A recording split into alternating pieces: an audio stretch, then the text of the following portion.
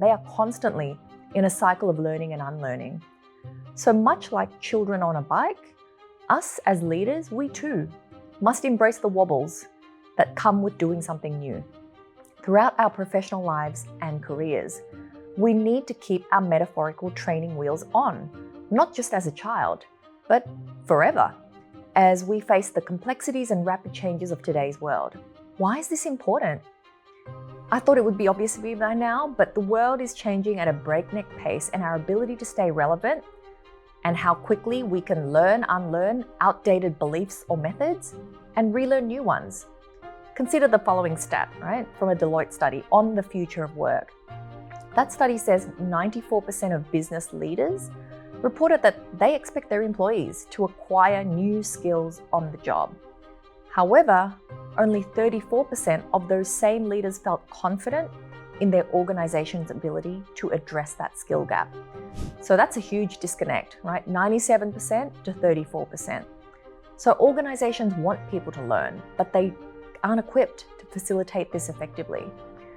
Organizations that adopt a future fit mindset, by contrast, embed learning into the fabric of their culture. They embrace the fact that they're in a fast-moving landscape where your last big success could very well be irrelevant next quarter.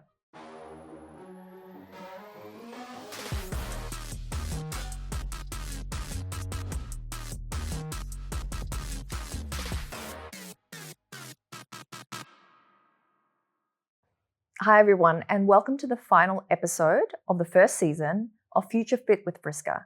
And today we're going to talk about the concept of permanent L plates. What do I mean by this? I mean having an ongoing, continuous learning cycle in your organizations. First of all, I wanted to ask you this. Have you ever watched a young child learn to ride a bike? There's something pretty magical about that moment when the training wheels come off and they're wobbling, they're uncertain, but they are determined. You stand behind them, you're ready to catch them if they fall. But at some point, they have to trust themselves and their abilities. What's more important in that learning process is not just the act of learning to ride, but the resilience. The resilience forms from having to fall, getting back up, and trying again and again and again. They are constantly in a cycle of learning and unlearning. So much like children on a bike, us as leaders, we too must embrace the wobbles that come with doing something new. Throughout our professional lives and careers, we need to keep our metaphorical training wheels on, not just as a child, but forever, as we face the complexities and rapid changes of today's world. In the future fit mindset, these training wheels, representing our need to keep learning, they're not a sign of weakness, but a sign of wisdom. When did we, as adults, get so scared of failing? Whatever happened to that child that laughed it off, wiped the dirt from their knees, and went again and again, until they built the confidence and the skills to take those baby wheels off? Remember the freedom and the pride that we felt when we'd finally mastered riding on two wheels? Where has that gone as we transitioned into adulthood? You see, I think most of us forget that every expert out there, they all started as amateurs, and embarrassment is simply the cost of entry if we want to play a bigger game, right? The first time that we do anything, ice skating, cycling, managing a team, leading, we'll probably be not very good at it. It's the price we pay for being a lifelong learner, to always leveling up instead of regressing. This is the essence of the future fit mindset, and we need to bring that back. This concept is actually not new. In fact, I love to quote Alvin Toffler. So he's got a book, Future Shock, which back in 1970, he famously said, "The illiterate of the 21st century will not be those that cannot read or write, but those who cannot learn, relearn, and unlearn." The future fit mindset is about having permanent L plates, being constantly in a state of learning, not just as an individual, but within our organizations. Why is this important? I thought it would be obvious to me by now, but the world is changing at a breakneck pace, and our ability to stay relevant and how quickly we can learn, unlearn outdated beliefs or methods and relearn new ones. Consider the following stat, right, from a Deloitte study on the future of work. That study says 94% of business leaders reported that they expect their employees to acquire new skills on the job. However, only 34% of those same leaders felt confident in their organization's ability to address that skill gap. So that's a huge disconnect, right? 97% to 34%. So organizations want people to learn, but they aren't equipped to facilitate this effectively. Organizations that adopt a future fit mindset, by contrast, embed learning into the fabric of their culture. They embrace the fact that they're in a fast-moving landscape where your last big success could very well be irrelevant next quarter. I'm in the middle of rewatching Billions, a very addictive series about the venture capital investment banking world in New York. And this is brought to life through that fictional fund X Capital to a T, right? It's ruthless. So in this series, we see many traders, analysts, advisors within that company.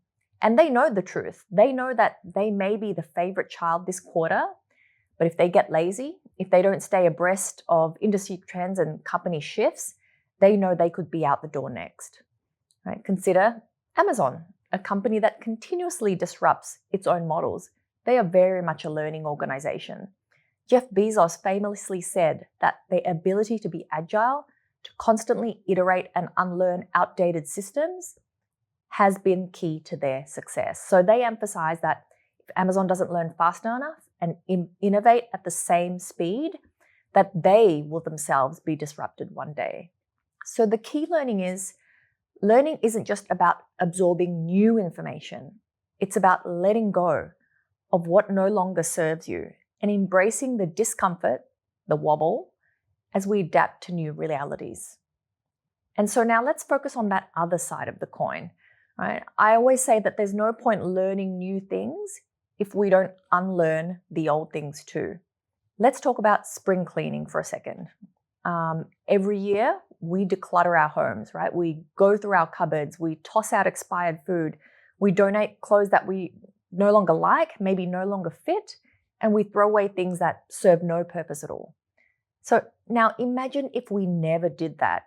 We'd all be buried in old items that are irrelevant, useless, or even in the way. Our homes would feel chaotic, stifled, and filled with junk. Well, the same goes for what's in here and in our organizations. If we don't periodically clean out our outdated ways of thinking, our mindsets become cluttered with old habits, old beliefs, which prevent us from seeing what's new and necessary to move forward. And this is where unlearning comes in. Unlearning is about making room for what's valuable and fresh. And relearning isn't just going back over the same old basics, the same old fundamentals, the theory. It's about recognizing that even the basics evolve, and so should we. Right? We live in a world where industries, technologies, and even societal norms evolve faster than ever before. In fact, it's estimated that 85% of jobs that exist in 2030 haven't been invented yet. Right? 20 years ago, we didn't have social media strategists, we didn't have growth hackers, we didn't have data scientists. So that statistic from the Institute for the Future is mind-blowing. How can we prepare for something that doesn't even exist? The answer is continuous cycles of learning, unlearning, and relearning. Right? Learning is the acquisition of new knowledge, skills, or behaviors. We know this. We all do it. We attend courses, we listen to podcasts like this one, we read books, but what we often fail to acknowledge is that learning new information is just one part of the process. Unlearning is arguably even more important. It's the ability to let go of outdated beliefs, practices, or knowledge that no longer benefit. So let's talk about a real-world example. Let's look at the taxi industry before the advent of ride-hailing apps like Uber, Lyft, Grab, and Gojek. For decades, taxis operated in the same way, and it worked for them. They were very successful. But the world changed, right? The rise of smartphones, apps, customer expectations demanded a new approach, a better approach, a safer approach to transport. And traditional companies who were unwilling to unlearn their old business models, they got left behind. right? Uber wasn't just a new way to get a ride. It was a completely new mindset for how we move from point A to B. So relearning involves going back to the basics, but through a different lens. It's understanding some of what we previously knew needs to be adapted to fit a new context. So I'm going to give you an example. Ford Motor Company, right? They were once on the bleeding edge of innovation. But the early 2000s, it was like, who are they? They were falling behind.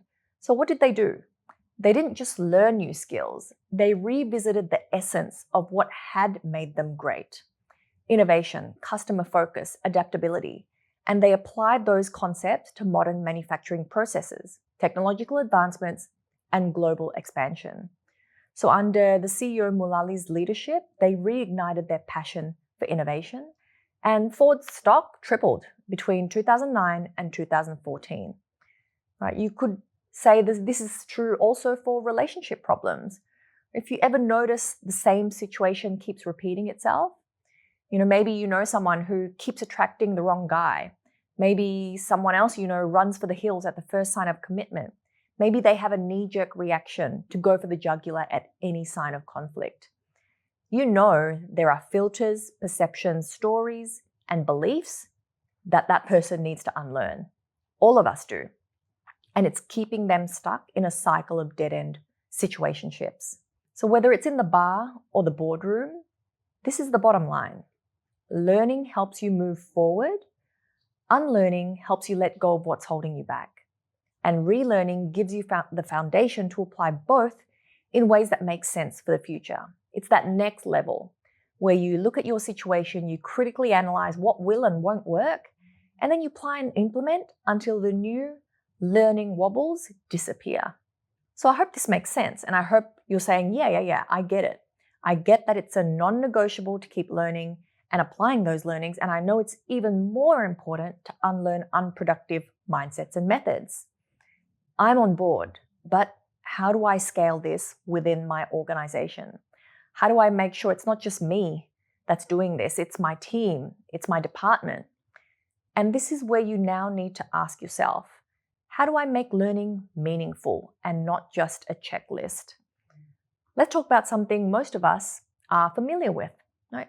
Gym memberships. How many people do you know have signed up for a new membership with all the best intentions, only to go pretty much for the first few weeks of January and then fall off, right? Nothing ever happens. So why do you think it doesn't result in sustainable change? Because most people simply signing up doesn't equate to real commitment or progress. We check it off as something we should do, not something that we want to do, not something meaningful or connected to a deeper purpose. Learning in big organizations falls into this same trap. Leaders sign their teams up for training or development programs. And hey, some people might participate, but the impact is minimal or completely non-existent because again, it just feels like you're doing a box-ticking exercise. Something you do because you have budget to spend, because if you don't spend it, it's not going to be there next year. So what if we could flip the script? What if we could make learning something transformative, something to look forward to, instead of something that's people are dragged to kicking and screaming, something they find of value instead of a painful compliance exercise? What we must understand, if we want to do this, that learning cannot be a one-off event. It needs to be a continuous, meaningful process. How do you make it meaningful? Two things need to be there. One, it directly benefits that person's personal growth and satisfaction. And number two, it needs to be directly connected to the organization's goals. So let's explore now why this matters and how to create a culture where learning is embedded in every layer of the organization. You see, the problem with checklists is that organizations love it. It looks like they're efficient. It looks like they're moving towards something, but it's not, right? Employees complete their online modules, they attend a few workshops, and they call it a day. Or the super expensive and high effort annual conferences, staff away days, strategy sessions. All too often, people are really energetic on the day. They express commitment. Come Monday morning, absolutely nothing has changed. and you've just spent the GDP of a small nation on a shot in the arm approach. And this is because learning hasn't become a permanent rhythm of what happens in your organizations. Yes, sure, you need checks and balances, but what you also need is regular follow-up with clear benefits and consequences for everyone's behavior. Research from LinkedIn's Workplace Learning Report said that 94% of employees would stay at a company longer if it invested in their learning and development. This is a startlingly high percentage. But only 27% feel that they're given the opportunities to grow within their organizations. So that's a big gap between what employees want and what companies are offering. Now imagine if, instead of treating learning like a transactional checklist, we reframed it as a journey, one that's both personal and professional. When learning feels purposeful and aligned with individual and company-wide goals, it shifts from a routine task to a ritual that's truly meaningful. So I'll give you an example. Pixar Studios, I've been a fan of them for a very long time. They've been getting it right. They're very known for their creativity and innovation, and they've created an internal learning culture where employees at all levels are encouraged to continue honing their skills, however they want to do it, whether it's art classes, whether it's storytelling workshops, even technical training. Their leadership understands that creativity thrives when people are given the freedom to explore, the freedom to make mistakes, the freedom to push boundaries. So this isn't just learning for the sake of learning. It's meaningful because it's linked directly to the company's goal of producing more innovative films and connect with audiences on a deeper emotional level. So this alignment is key, and it makes all the difference, right? A practical tip that I have for all leaders, and this is relevant not to just L&D professionals, is to make learning personal. People need to see how their growth contributes to the overall success of the organization. And this is a tried and true technique in successful change and transformations, right? You need to connect the dots for people. People need to know they matter. People need to know they make a difference. People need to know that when they do A, it has a cascade effect to B and C. This makes them feel like they're part of something greater and they're not doing it alone, right? You can facilitate this by regularly linking learning opportunities to specific career paths and personal goals. And it doesn't just end there. You don't just send them off on a course. Make it a point to check in with them, not just about what they're learning, but how they're applying those skills and insights to their day-to-day work. When learning is personal and integrated into both individual and organizational ambitions, it stops being a task. It becomes part of the DNA. And this brings me back to my next point. You may be thinking now, hey, I've got personalized learning in my organization. Now, how do I make it stick? How do I make sure it's part of the culture? How do I make sure people live and breathe it? So do you remember when you first learned how to drive? So for months leading up to the driving test, you probably practiced again and again and again, slowly building up your skills. And once you passed the test, maybe you felt proud. Maybe you felt a sense of accomplishment, maybe pure relief. But here's the thing, passing the test wasn't the end of the learning process.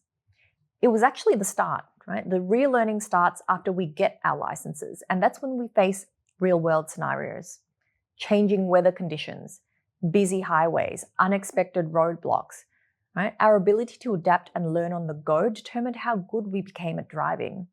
This same concept applies to organizations. Formal training and boarding is just the tip of the iceberg. That's the start. That's the start line. The real learning happens every single day on the job.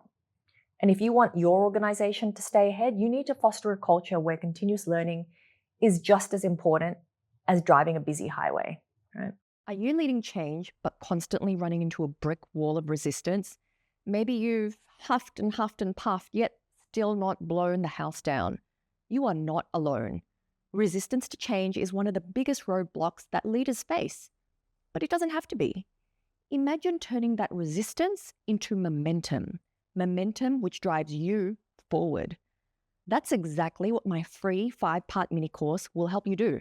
It's called shifting resistance into resilience. And in just 5 lessons, I'll walk you through proven strategies to break down those walls.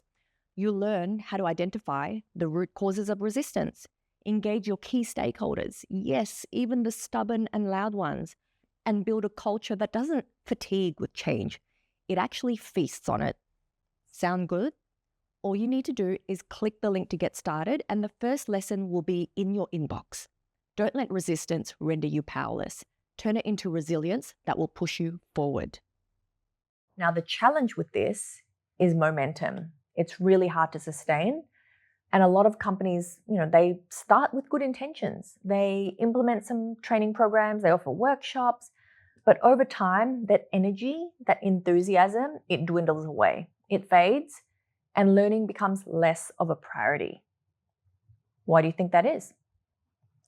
Well, in organizational change and transformation, it's because these organizations haven't built the proper structures and incentives that embed learning into the everyday, right? Everybody says they want a culture of continuous learning, but very few have the grit, approach, structure, and commitment to make it happen. Imagine if yours was a culture where learning wasn't seen as a one-time event, but as an ongoing process, where employees at all levels are encouraged and empowered to develop their skills, explore new ideas, and take ownership of their own learning journey. And most importantly, leaders, they need to support and model this behavior. Sounds pretty blissful, right? Well, there are ways to get there. And what I'm going to share now are 5 key strategies. So the first one is you want to encourage curiosity and experimentation. Organizations who are thriving in today's changing landscape are those that foster curiosity over contempt. So Google's done this for a very long time. They've got a famous 20% time initiative where they encourage employees to spend 20% of their work week exploring new ideas or projects that have nothing to do with their core job responsibilities. And some of their most successful products, like Gmail and Google Maps, were born out of this experimentation culture. What's the lesson here? When you give your people the freedom to explore, they'll often come up with really creative solutions that move your organization forward. You have to first encourage this kind of exploration without metrics, without indicators, and make it clear that curiosity isn't just tolerated, it's rewarded. The second strategy I had was to create safe spaces for learning and failure, because you can't have one without the other. Right? You can't learn anything if people are too scared to put a foot wrong. In fact, one of the biggest barriers to learning in organizations is that fear of failure. But here's the thing, failure is inevitable, it's a part of life, and it's part of the process. So you need to reward people for making the attempt at something new, right? Not just when it works, but when it doesn't work. And this is how true learning happens. Most listeners will know Bridgewater Associates, right? One of the largest hedge funds in the world. Its founder, Ray Dalio, they implemented a radical transparency culture where employees are encouraged to give and receive open feedback, and every mistake is treated as a learning opportunity. While this approach definitely isn't for everyone or work in every organization or every country, as it has been described as intimidating, intense, and in your face, it highlights the power of creating a safe environment where people aren't punished for failing, but are instead encouraged to learn from it and get used to providing timely feedback. So it normalizes the feedback processes. It celebrates that impression that feedback is a part of improvement, not just for the individual, but for the team and the company. The third strategy is to embed learning in everyday work, right? To build a truly resilient learning culture. This means learning is part of the daily rhythm, not something separate, not something extra. For example, Unilever, right? The largest consumer goods companies in the world. They've embraced a model of continuous learning. They offer employees access to so many resources in many different formats, whether it's on-the-job training, whether it's executive coaching, whether it's peer cohorts. They see learning as something that doesn't just happen during a course or a workshop. It's something that's integrated into every aspect of their employees' work lives. So when I was heading up change at a big gold mining company, safety was a big concern, right? Before every meeting that was longer than 45 minutes and had more than 4 people, we had to do what was called a safety moment.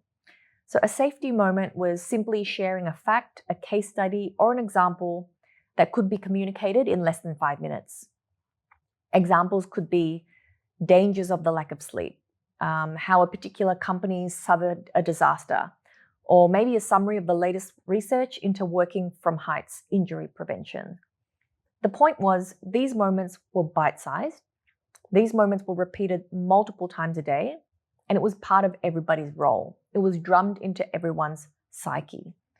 So why not introduce learning moments in your organization? Right? Maybe not at every meeting, but what about at every weekly or monthly team catch-up? It could be as simple as asking the questions, what I learned this past week, or a show and tell of a new skill, or it could be future focused, what I intend to learn in the next month. Strategy number 4 is leadership-driven learning. The role of leaders in promoting learning can't be understated, right? Satya Nadella, CEO of Microsoft, shining example of leadership-driven learning. When he took over as CEO, he made it clear the entire company needed to shift from a know-it-all culture to a learn-it-all culture. Don't you love that? He set the tone by being a vocal advocate for growth mindset, right? A concept popularized by Carol Dweck that emphasizes that abilities and intelligence aren't born. They can be developed if you're dedicated and committed.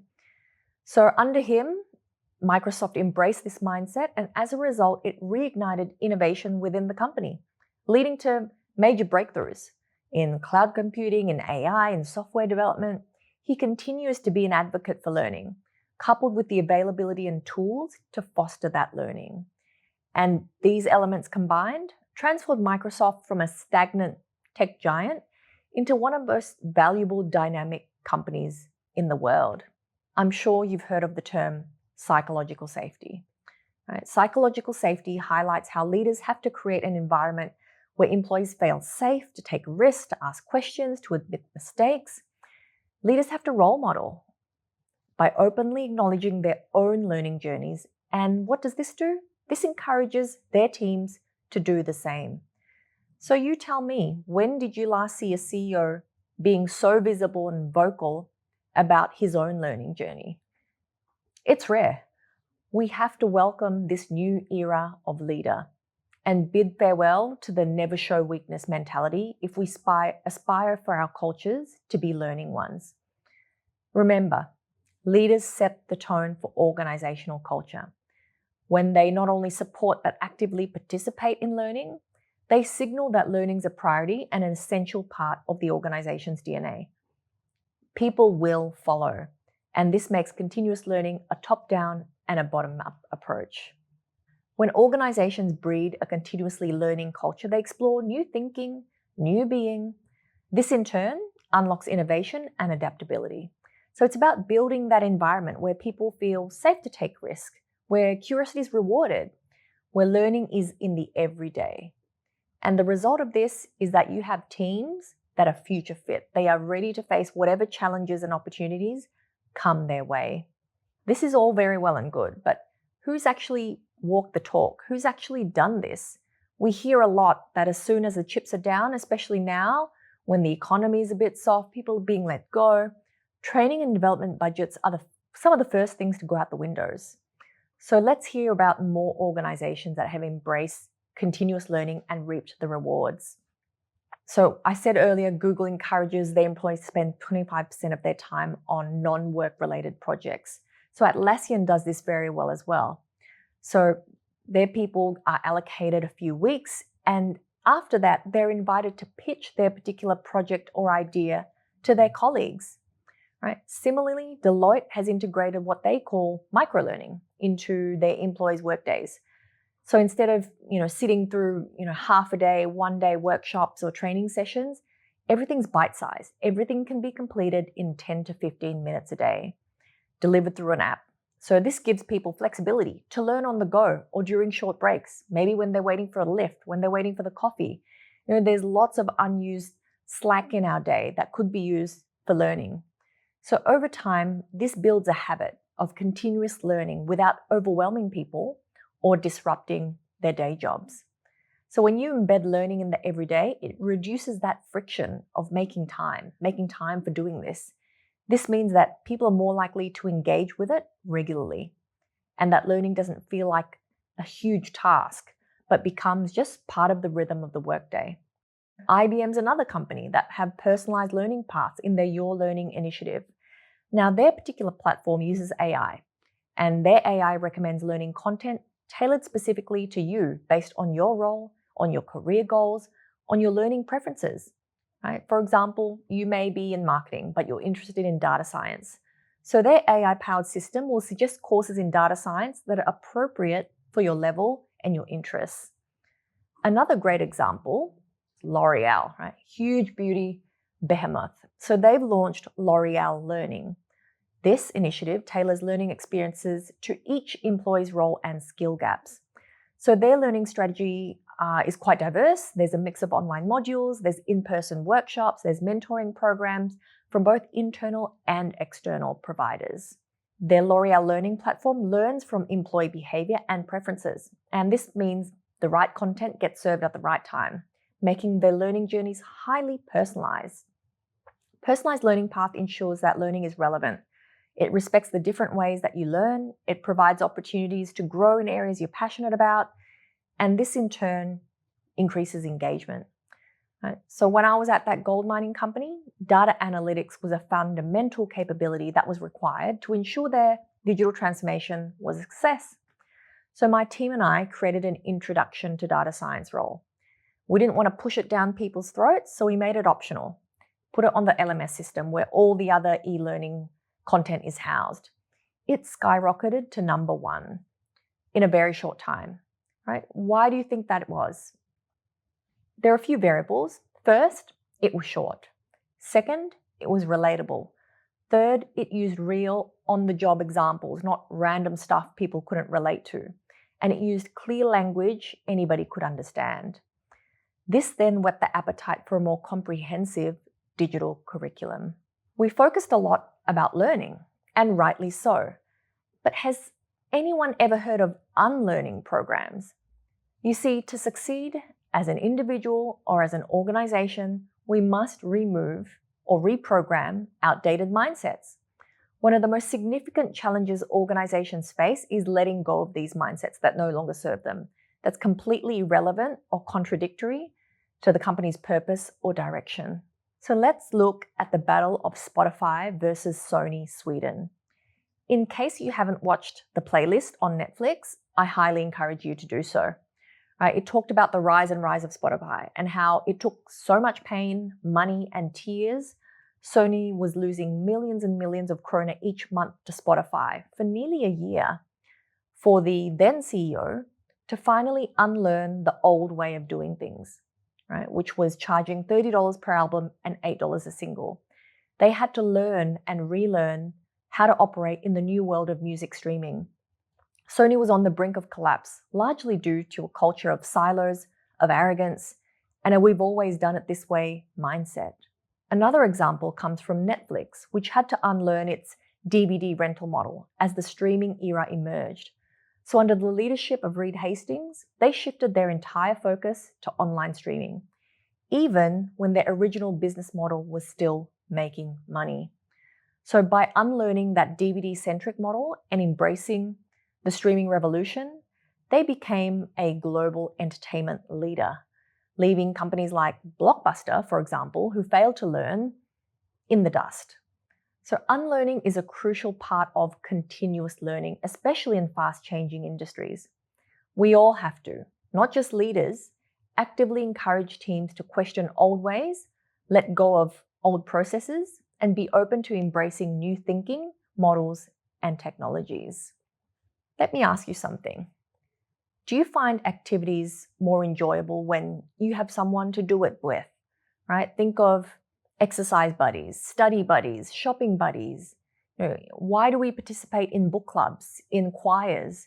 Why do we join industry associations or business clubs? This underscores the power of peer learning. Peer learning can be a powerful tool in creating a continuous learning culture, right? Airbnb comes to mind. They've introduced an internal peer learning program called Learning Circles, where employees from different departments, they come together, they share their experiences, they collaborate on solving problems. These peer-to-peer sessions allow employees to learn and benefit from each other's experiences, fostering not just understanding and diversity, but continuous improvement and cross-departmental learning. Another great example is GE, right? General Electric. They have a brilliant learning initiative where employees learn from each other through regular workshops and knowledge sharing sessions.